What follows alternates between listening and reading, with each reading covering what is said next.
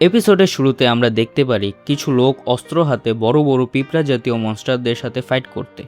তারা মূলত হান্টার, যারা নাকি র্যাঙ্কের, কিন্তু তারা ফাইট করতে পারছিল না কারণ তারা লো র্যাঙ্কের হান্টার। হঠাৎ তখন বড় র্যাঙ্কের অর্থাৎ র্যাঙ্কের হান্টারদের কিছু সদস্য আসে এই মনস্টারগুলোকে মেরে র্যাঙ্কের হান্টারগুলোদের সাহায্য করতে। তো এখানে অনেক হান্টার একসাথে মিলে অ্যান্ট মনস্টারগুলোর উপর ঝাঁপিয়ে পড়ে।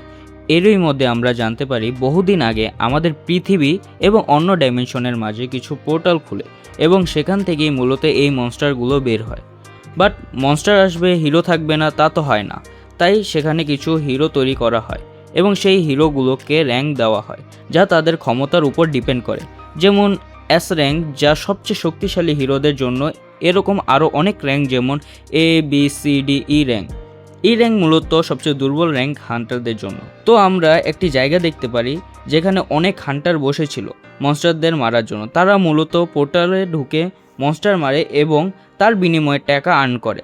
তো আমরা আমাদের হিরো, যার নাম সানজিহুকে দেখি, যে নাকি র্যাঙ্কের হিরো এবং অনেক দুর্বল। সবাই তাকে নিয়ে কটু কথা বলে, কিন্তু আমাদের হিরো সানজিহু সব শুনে ফেললেও কিন্তু তার করার কিছু নেই। তার সত্য কথাই বলছে, তাই সে আর কিছু করতে পারবে না। তখন আমরা আমাদের হিরোর ফ্রেন্ডকে দেখতে পাই, যে নাকি বকছিল আমাদের হিরো তার মুখের আঘাত দেখে। তো আমাদের হিরো হতাশ ছিল, সে অনেক দুর্বল। তাই এরই মাঝে জানতে পারি আমাদের হিরোর ফ্রেন্ডের নাম চুই। তারা যখন পোর্টালে যাবে তখন তাদের ক্যাপ্টেন তাদেরকে কিছু অ্যাডভাইস দিচ্ছিল এবং আমরা জানতে পারি আমাদের ক্যাপ্টেনের নাম হচ্ছে জুসন। তো তারা পোর্টালে প্রবেশ করে। তখন আমরা দেখি আমাদের হিরোর হাতে একটি ছোট ছুরি। সে যেহেতু গরিব ছিল তাই তার কাছে শক্তিশালী কোনো অস্ত্রই ছিল না যা দিয়ে সে ফাইট করবে। আর সে ধনী হবেই বা কীভাবে?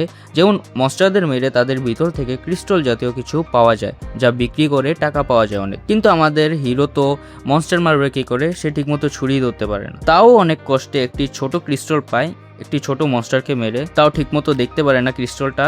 এরই মাঝে একটি ছোট মনস্টার তার উপর ঝাঁপিয়ে পড়ে। সেও ফাইট ব্যাক করে, কিন্তু তার ছুরিটি ভেঙে যায় এবং সে আহত হয়। তখন চুই এসে তাকে বাঁচায় হিলের মাধ্যমে, কারণ চুইয়ের পাওয়ার ছিল হিলিং। এরপর জানতে পারি তারা যে ক্রিস্টালের জন্য মনস্টারদের সাথে ফাইট করে এবং মনস্টারদের মেরে যে ক্রিস্টাল পেয়ে থাকে তা দিয়ে বিভিন্ন অস্ত্র বানানো হয়।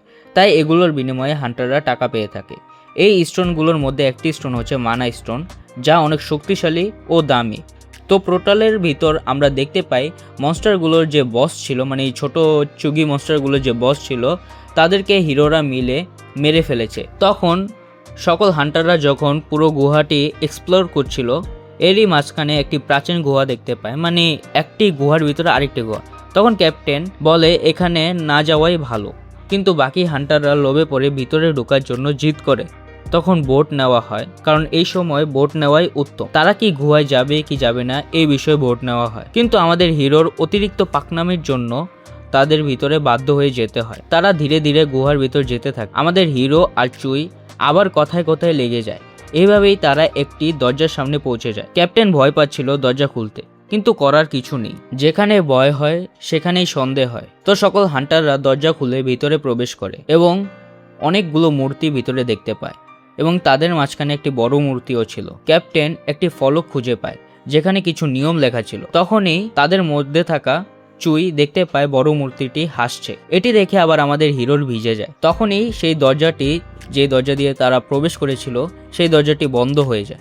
তখন একটি পাকনা হান্টার জিদ করে দরজা খুলতে গেলে দরজার পাশে থাকা মূর্তিটি তাকে দুই ভাগ করে ফেলে এবং বাকি হান্টাররা তা দেখে ভয় পেয়ে যায়। এইসবের মাঝখানে আমাদের হিরো যখন মূর্তিটির দিকে তাকায়, অর্থাৎ বড় মূর্তিটির দিকে যখন তাকায়, তখন দেখে বড় মূর্তিটি তার দিকে ঘুরিয়ে তাকিয়েছে এবং সে তার দেখে ট্রমায় চলে যায় এবং নিজের পাস্টের দুর্বল ও গরিব জীবন মনে করতে থাকে। তখন বড় মূর্তিটি তাদের উপর হঠাৎ অ্যাটাক করে বসে এবং সেই এটাকে অনেকে আহত হয়, তো অনেকে নিহত হয় এবং আমাদের হিরো সেই সময় বলতে থাকে যে সে মরতে চলেছে। তো এরই মাঝে এই গল্পটি সমাপ্তি ঘটে।